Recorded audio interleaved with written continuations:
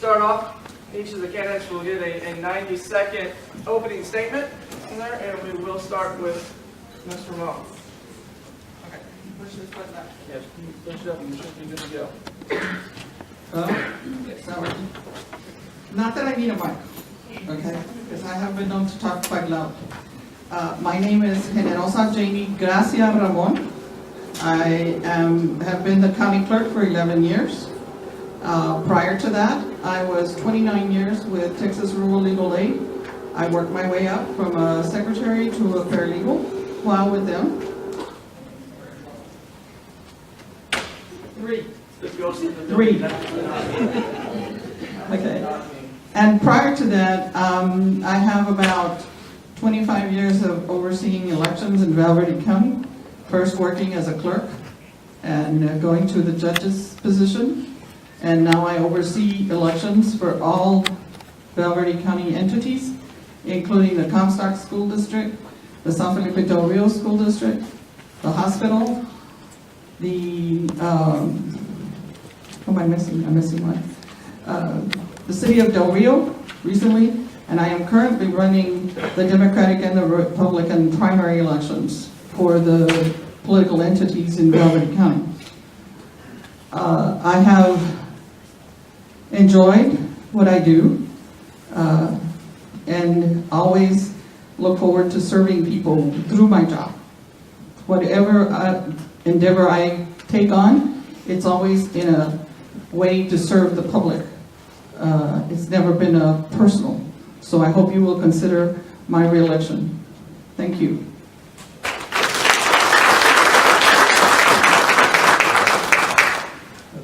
My name is Ramiro Guzman, and I want to be your next county clerk. I thought I'd start off with just telling a quick little story about kind of what motivated me to run.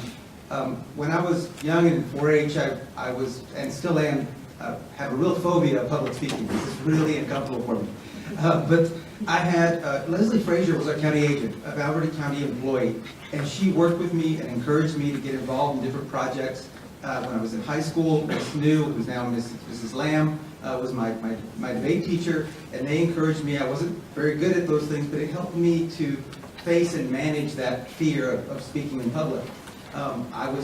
With their help, went on to become the president of the 4-H club, and on Angelo State served as student body president at Angelo State. So those folks that donated their time, folks like our judging coaches, Clay and Amy, back then Whitehead, just fresh back from A&M, that coached our group and taught us about public speaking.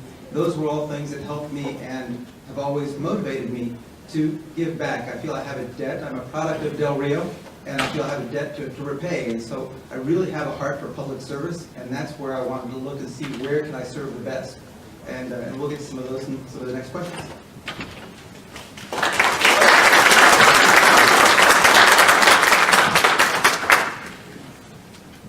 Mr. Ramon, you'll get the first question there.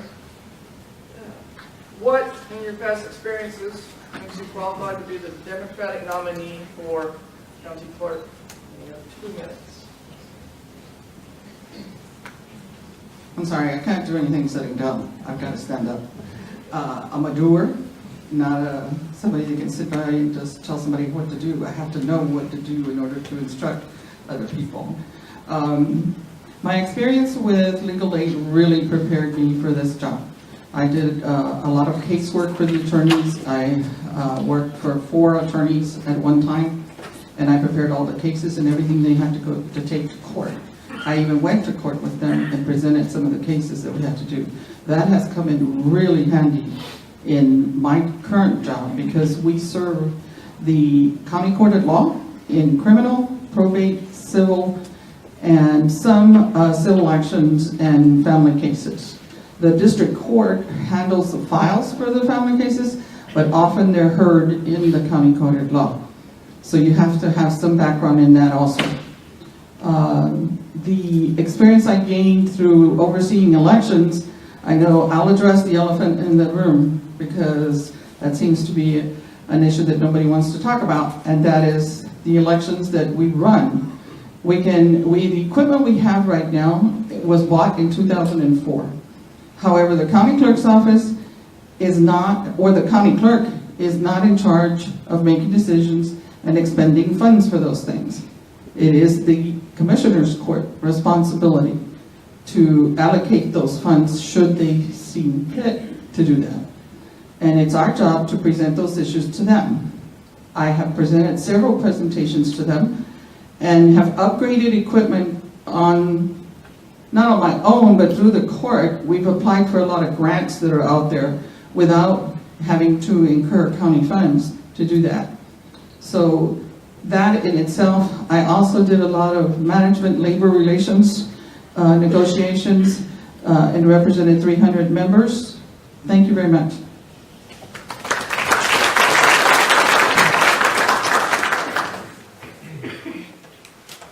You need the question repeated, sir? No, but as far as experience, after graduating from top of my class at Angelo State, I was offered a full ride at Purdue University. There I got there at the late 90s when the technology of the internet or the web was first taking off. So when I arrived at Purdue, my friends back at Angelo State were just getting emails. So I started spending a lot of time in the computer lab, and that became the start of my new career.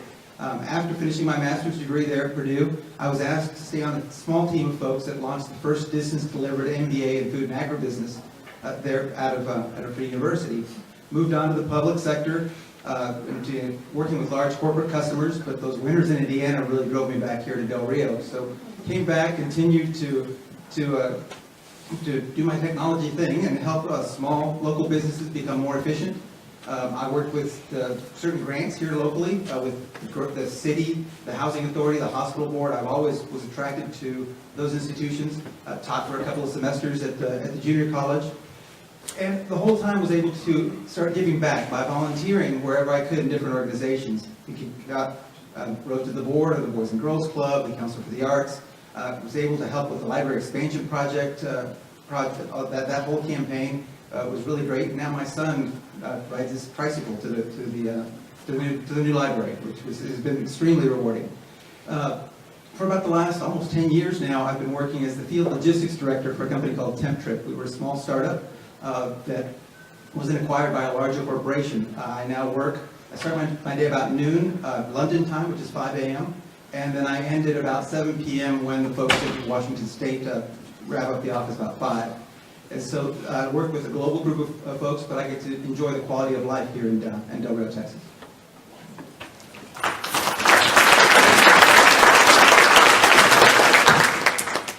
Mr. Guzman, we'll start with the second question. What do you believe is the most pressing issue facing the Verde County Clerk's office coming into the 2018-2022 term? Oh, not the reason that I ran. What really attracted me to this office was the data and the records and all the information that's stored as the archive of the county. But as I started to campaign and talk to many, many people over the last few months, the issue that does come up is elections. And this is something that I'm not coming up with now. This is something I've advocated for at Commissioners Court before. I truly believe that we do need to do something different and that we do need to have an elections administrator structure. We don't need to have one office for voter registration or one office for elections. All of those things, all of those funds that are being spent in different places need to be spent centrally in one location, which is the elections administrator option that the legislature has allowed 100 other counties in the state do it, including Hondo, San Angelo, San Antonio, Eagle Pass. So this is a structure that to me makes a lot more sense. The person doesn't have to be an elected, can't be an elected official. They can't even be a partisan person. They have to be an independent person that runs the elections, and they're available for all of the entities. So this was presented once, but we didn't present a budget neutral solution for this. So my main project, the first issue that I would like to undertake is talk to all of the entities and present to Commissioners Court, because it is a decision of the commissioners to undertake this new structure. And I believe that would be one of the main things that I would like to start initially. So that would be the one big issue. Aside from that, I think the transparency in office of the county clerk's office, I really believe that office should be more of a library and more open and not seen as a vault. And so I really feel that those issues of transparency are the things that we can better in that office, but we'll get to some of that in the ideas question coming up next.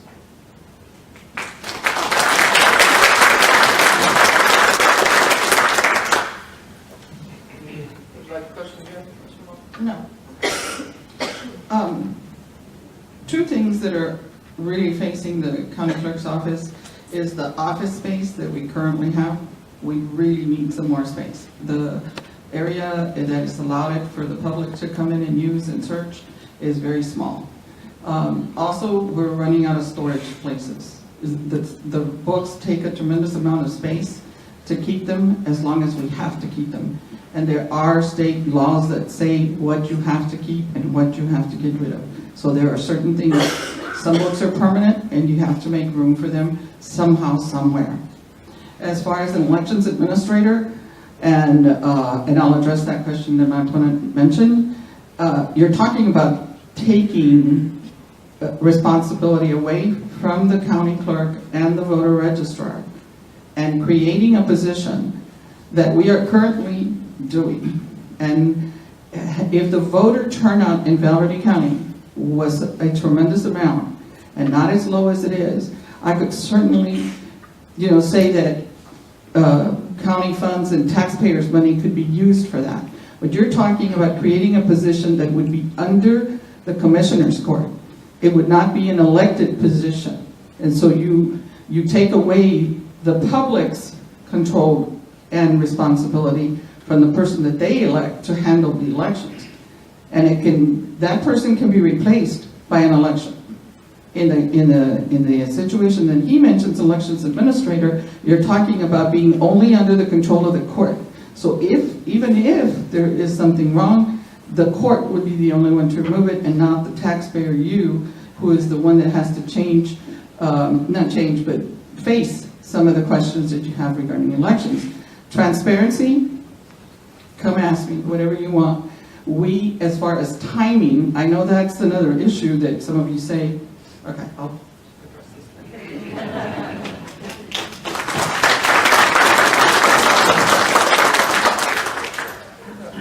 Mr. Ron, you'll get the third and final to start off.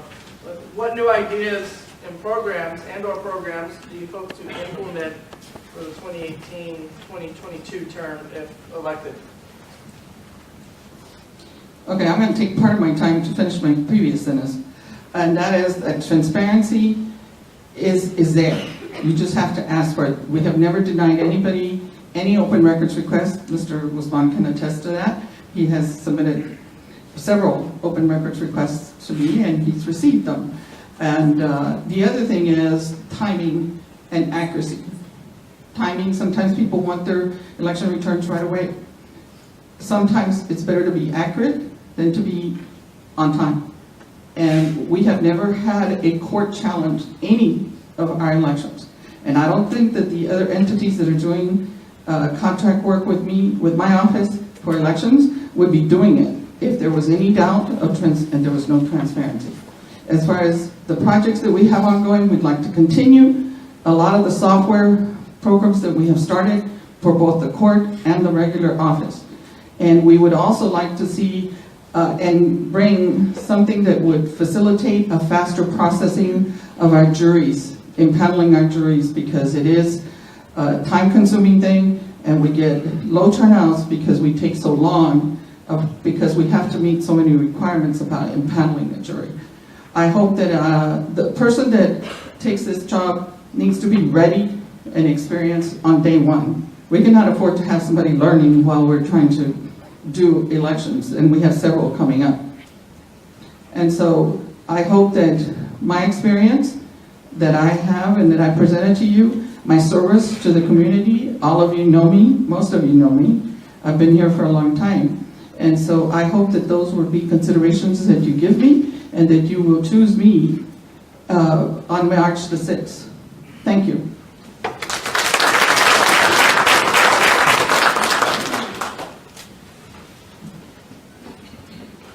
Okay, as far as ideas, I got a million of them. But anyways, I always have more ideas than actually have time or resources to finish them. But before I do that, I want to respectfully correct Mr. Ramon.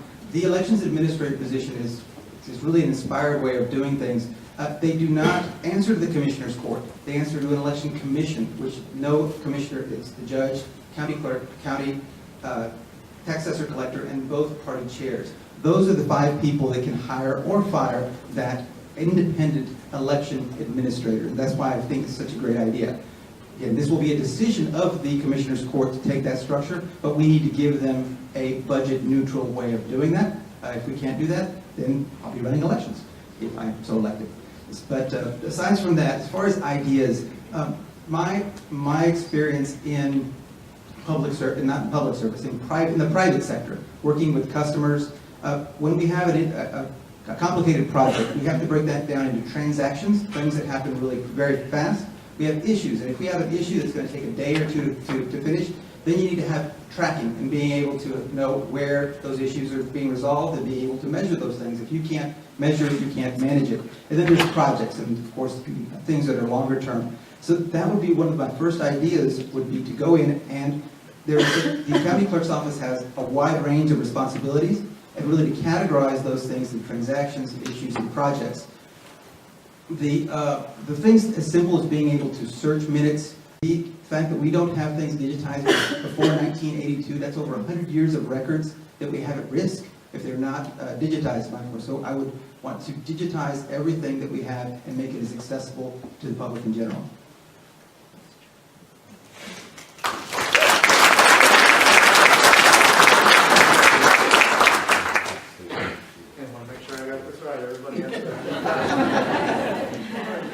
So we're going to go into the closing statement.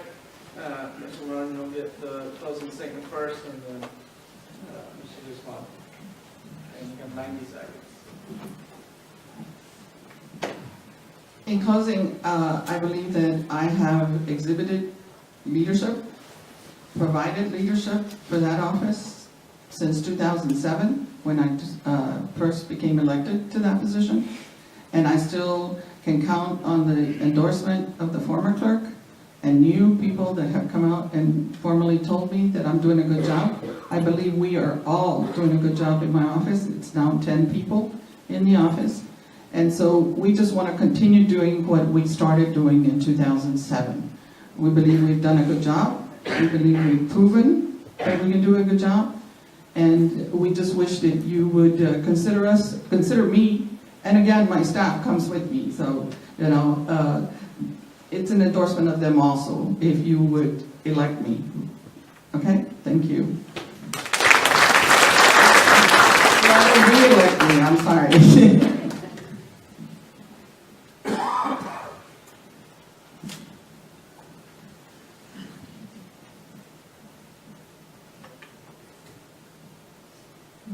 Seeking this position is really that I'm being driven as a desire to serve.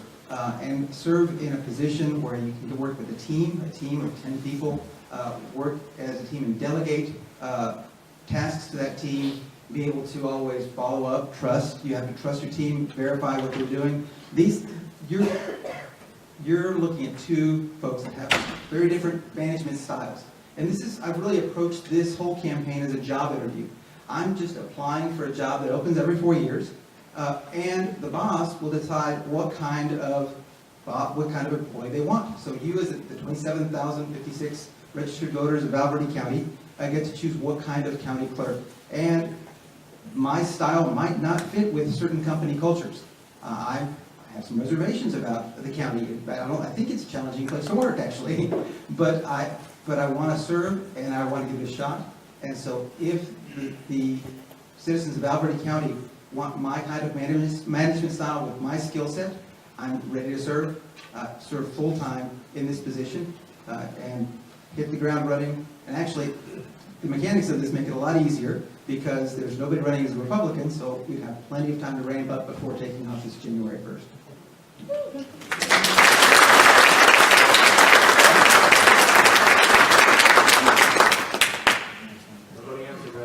I want to thank you both on behalf of the Junior College and Minnesota Ross for coming out and participating. Thank you so very much.